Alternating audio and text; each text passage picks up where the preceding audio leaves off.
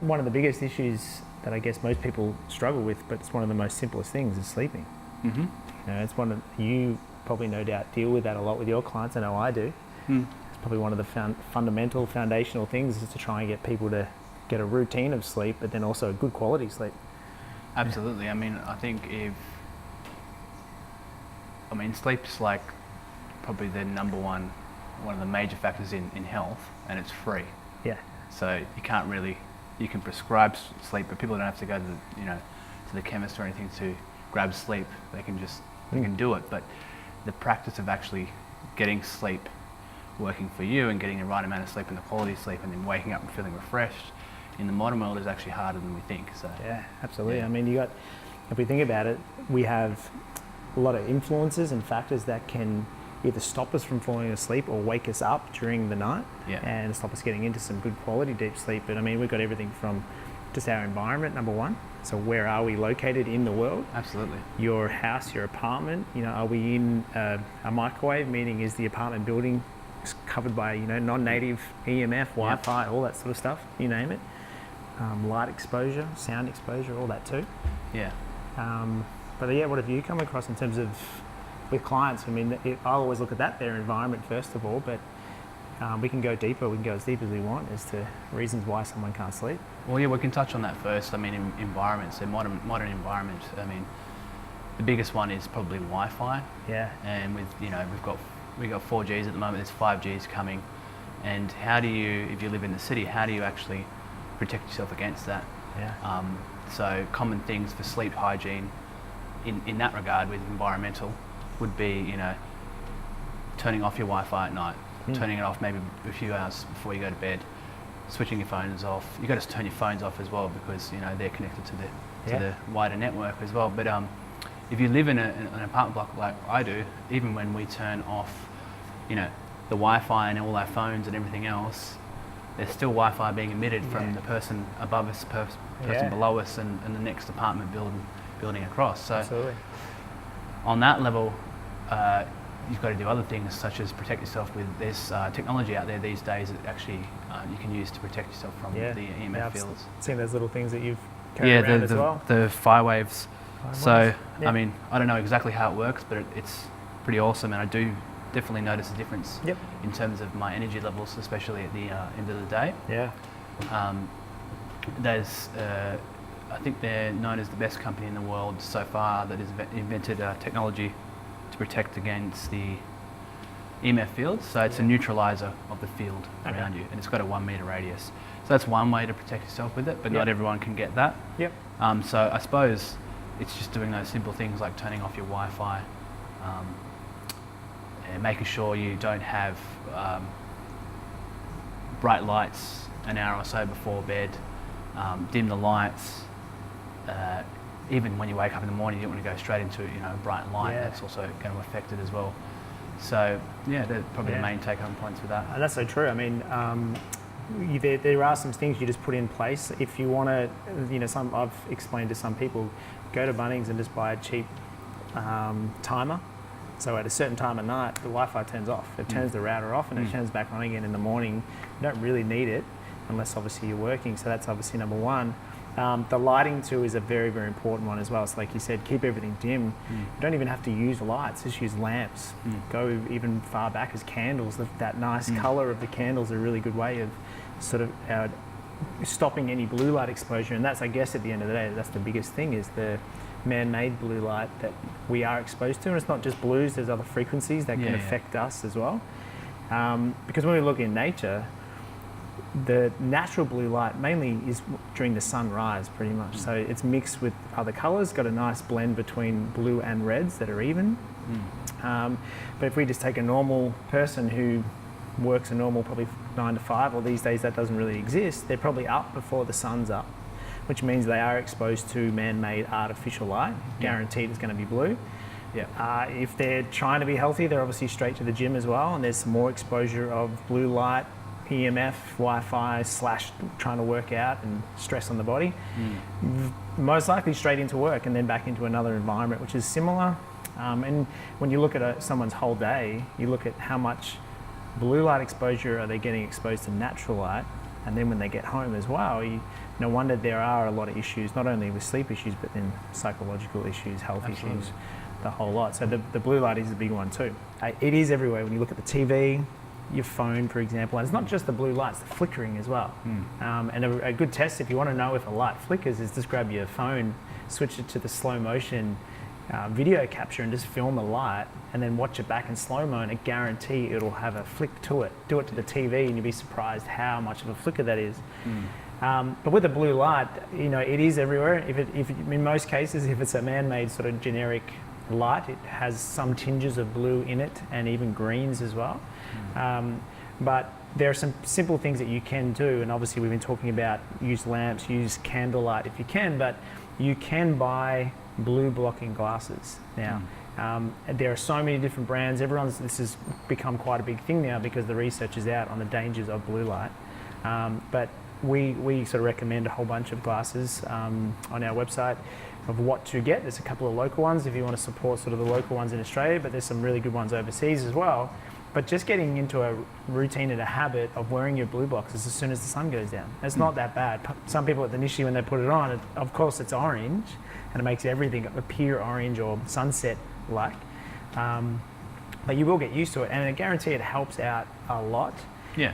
Even for those who are indoors the whole time throughout the day and they're looking at screens and under the blue light, you can get different grades of the blue blocking as well. So if you don't want to have a complete orange lens the whole time, there are different grades as well. It's orange ones, but there's like normal looking, just clear ones now these days with lots of companies out there making this sort of stuff.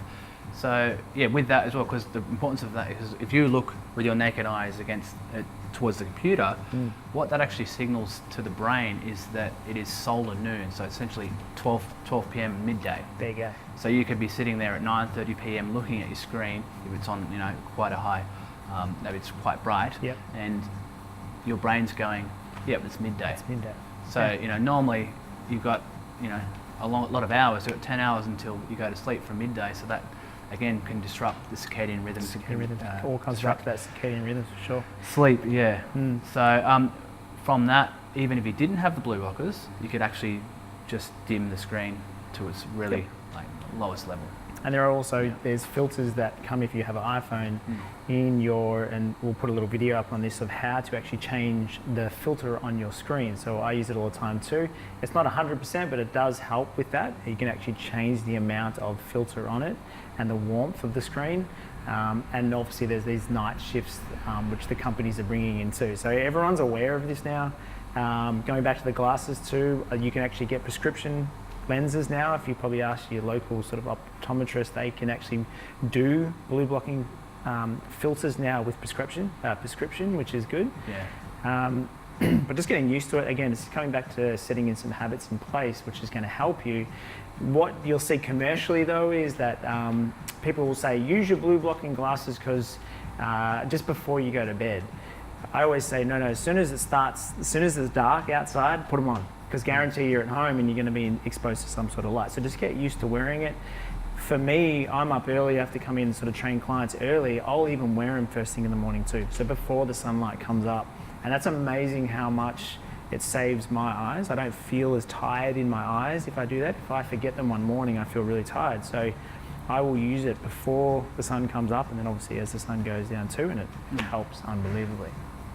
All those things, I mean, even just exposing yourself in the morning, to sunlight, your retina hitting natural sunlight in the morning has been shown to help start to regulate the rhythms between cortisol and melatonin. So melatonin is the hormone that we need to go to sleep at night, and that is actually going back to light itself. That is actually initiated in the pineal gland when darkness is around. So basically, when it starts to get dark, the pineal gland, if it's working properly, should start to secrete melatonin, and then that should make us drowsy and fall asleep.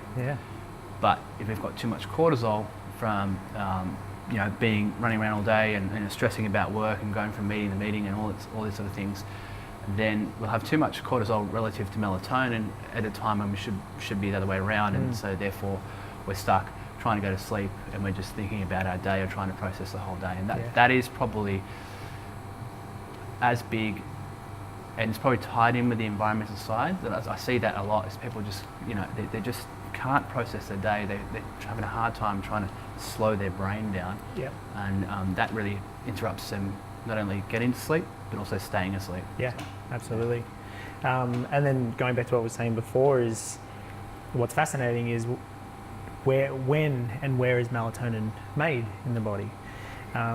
When one of the most fascinating things is that even though melatonin is our sleep hormone, we use it for nighttime, it can be produced from the morning sunlight. Yes. So the more of the morning sunlight you have access to, the more you can produce melatonin or produce storage of melatonin to then be released later. So look at that with your lifestyle and the times you're waking. If you're missing out on that morning sunlight and you are having sleep issues, well then maybe we need to start getting some more morning light to try and boost that. And we can also know that, I believe, and this I need to go and look into this a little bit more, but there's different ways of producing melatonin.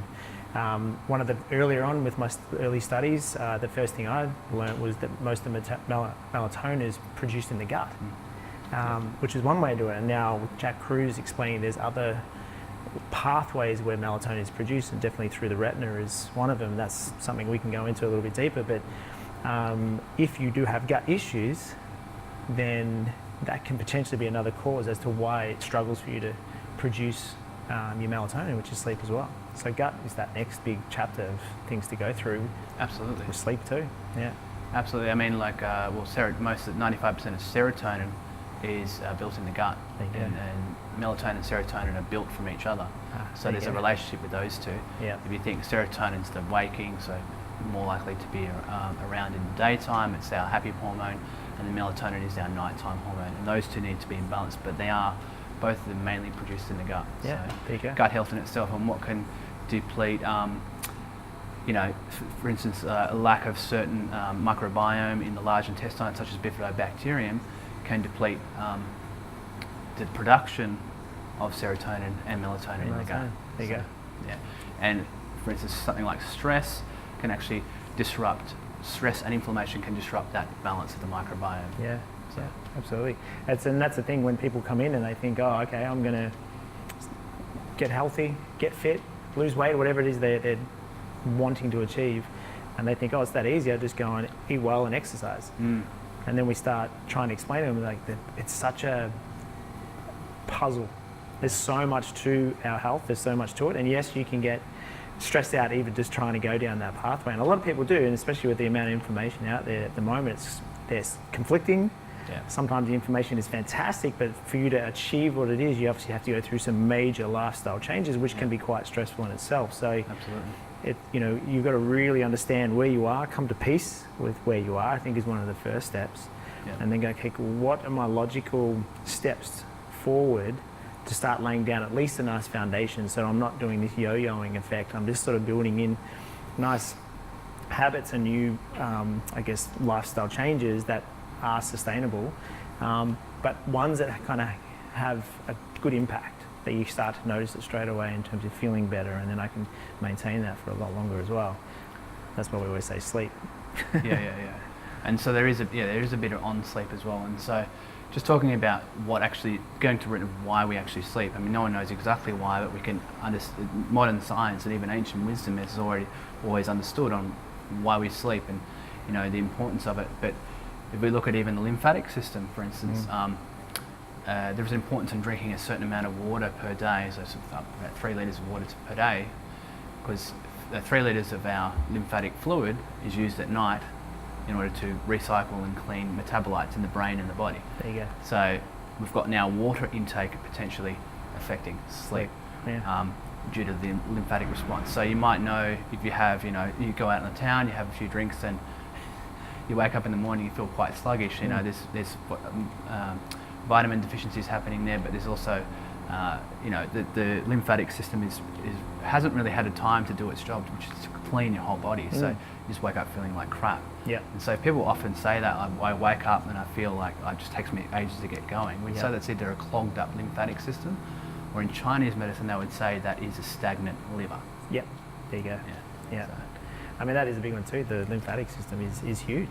And that's a system that most people will probably either not know about, or if they do, they don't really know much about it. But again, it's just another piece of the puzzle that we can apply real simple daily goals or activities that you can do to help with that moving of the lymphatic system. Absolutely.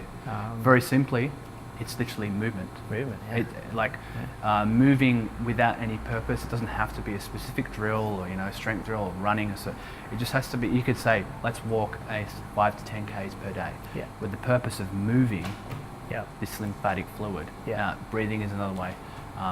And then maybe if you did that each day, then there'd be enough circulation, so the circulation wouldn't, you know, be disrupted when you sleep, and that could potentially end up helping sleep as well. Yeah, exactly. So it's usually, I mean, like, I find with like holistic health, there is a lot of conflicting information out there, but people tend to make it overcomplicated, and that's, you know, practitioners as well, and that's, you know, experts in the field, and even consumers as well. But I mean, at the end of the day, there are usually really simple solutions, absolutely. such as, you know, drinking more water, exposing yourself to morning sunlight, making sure you're eating, you know, anti-inflammatory foods. Don't do any work late at night. I mean, I have so much work that I probably could get done from the time I get home till, you know, bedtime, but I literally just don't work. I don't. Yeah, switch off. Because if I do, I will not sleep. Yeah, that's it. Because my reticular activating system will fire up again, and then, you know, I'll be doing some sort of complicated work at, like, you know, 10 to 10, and then all of a sudden in 10 minutes I've got to try and fall asleep. It's like, it's not going to work. Yeah, exactly. Yeah. So, I mean, one other little topic when it comes to sleep as well, which I've picked up over the years, is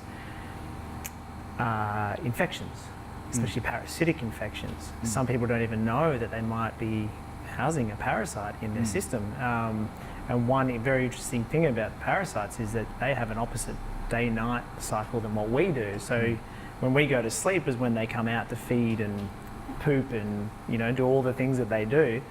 And if that activity is taking place in the body, it will fire our immune system. And one of the goals of the immune system, if there is an infection, it wants to raise the temperature to try and kill off anything that's in there. So, and that then affects our need to be at a net lower temperature, core temperature, to be able to sleep. So we cannot sleep if we're at a hot temperature. Yeah, hot temperature. And then also that's why some people might say, I was really hot and sweaty last night, and I've been having these hot sweats for the last week, for example.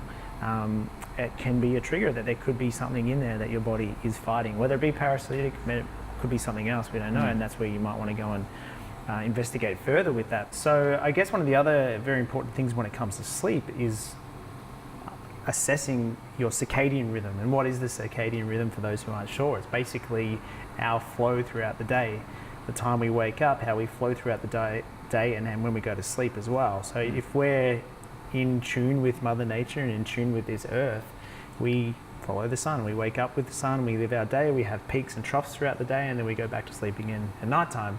Absolutely. So when you are out with your circadian rhythms, that's usually when we'll find massive breakdown in someone, whether it be illness, even injury, for example, just not feeling the best. So when it comes to the circadian rhythm and sleep, that's a massive chunk of the pie that someone needs to really look at. Absolutely. I mean, all the things we've been talking about with, you know, exposing yourself to morning sunlight, that's part of, you know, almost switching on your circadian rhythms to tell them that, okay, it's the beginning of the day, there's sun come up, okay, so now from that point the circadian rhythm then interacts with the hypothalamus and the endocrine system and starts to release hormones and chemicals in the body at the right time. Because these hormones and chemicals and neurotransmitters are really at the mercy of us in our rhythms with the environment. So when we go out of rhythm with the current environment, then that's when all sorts of, you know, things can happen inside the body, and then can eventually affect sleep. So common things that would affect circadian rhythms, you know, is just, you know, going out all night, shift work. Yeah, shift work's a big one. You know, flying a lot. You know, I've got some clients that are flight attendants and stuff like that, and so that in itself is just completely shifting your body out of, it's continually changing time zones, is disruptive to the circadian system. It doesn't have the ability to stop and then set itself into one point in time. It has to continually adjust. So it just throws the whole system off. Yep. So do you see stuff like that in clinic? Big one too. I mean, and a lot of people say, well, that's what I do for a job, and I'm affected. So you go, okay, well, if that is your job, or if you do have to go through time zones, at least try and do the best to take your time to reset. One of the best things is going back to that basic thing. If you cross the time zone, you need to resync it. So you want to see a sun rise and eventually a sunset too, because all the light frequencies will do all the setup of our hormonal pathways, neurotransmitters. So if you can get that sync, that'll be good. But for those who are at home and just doing their normal day of work and everything, if you do have that mismatch with your circadian rhythm, they're the things that you would want to start implementing. Start getting that morning light. Start setting up all those pathways and making sure at the end of the day we are dim the lights, dimming it. We're getting rid of that light. So we were talking before about the melatonin, that starts to kick in again. So we do have our natural rhythms with all of our hormonal pathways as well. So that is a big one, is circadian rhythm. Absolutely. I mean, I think it's a huge area of health that it's only started to become quite big in the last few years, and there's still a lot that we need to know about it. I mean, even circadian rhythm's effect on, for instance, there's a bit of research on if we have a circadian imbalance, that's going to affect our joints. There you go. There's a link there. So people could have joint issues, whether that's arthritis or something like that, or inability to control their joints due to disruptions in their circadian biology. Yeah. So it's huge, isn't it? Stuff. And then we probably won't talk about it today. This could be another podcast that we can talk about. But circadian rhythm and food. Absolutely. Is it the food that's most important, or is the timing of the food? Yeah, it's not what you eat, it's when you eat. When you eat it. That's a big one. And that will definitely, I think we'll do a podcast that's all on that, food, because food is such a massive rabbit hole. That's a big one. And that's why most people are confused when it comes to food, because of the conflicting information. But again, yes, it's complicated. Yes, it's contradictive. But at the same time, we can make it really simple. Yes. So that's what we want to try and do for everyone. If we can give everyone just some real basic things that they can just have wins every day, then they will start to turn around how they're feeling and hopefully start to achieving whatever it is that they want to achieve. But when it comes to sleep, as we're saying at the very start of this podcast, is it's cheapest thing there is, and meant to be the easiest thing. It's free, and is one of the most important things for our health. But yet, for some people, it's the hardest thing to achieve, and it does end up costing them a lot of money because they're throwing their money in all sorts of directions to try and make them just sleep.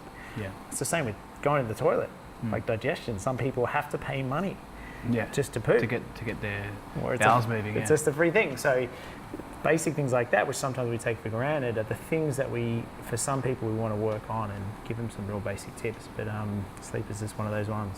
Yeah. I mean, look, there's even things such as you can use essential oils such as like lavender in your room if you want to diffuse that. Just have it in the background. I hope that helps my daughter sleep. There's certain acupressure points. There's one on your wrist here, and there's one there, which have been classically used in Chinese medicine for thousands of years that can help when you hold them for sleep. Again, exposure to morning sunlight, dimming the lights. Again, going back to eating, not having a massive meal at like 8 o'clock or 8:30 or something like that, because they say it's generally 4 to 5 hours is beneficial. What I do is I actually never eat when it's dark. I mean, it's very rarely I do, but that's pretty much a circadian rhythms diet, which is just eating when the sun's up. And that's a basic one. That in and of itself, I think, can help sleep. So, big time. So, like the impact of stress on sleep, psychological stress. For instance, if people they can get to sleep okay, but then they're just continually waking up. That is usually their reticular activating system in their brain, which is really it's like your arousal center. So sometimes if you've had some sort of trauma, it can even be trauma that you're not even aware of. It's like these survival areas in your brain are super active, and so you'll fall asleep, and then all of a sudden those areas will just flag up because there might be some unprocessed trauma or stress. It could be from the day, it could be from like an incident that happened years ago or a series of incidents. And so then what actually happens is that continually wakes them up because their brain just doesn't feel safe enough to sleep. You know what I mean? If you go back to the survival thing, same with an animal. If your cat or your dog, doesn't feel safe, it won't sleep. It will roam around, it will look for predators. Yeah. You know, we have that within our brains, and so I see that a lot in the work that I do.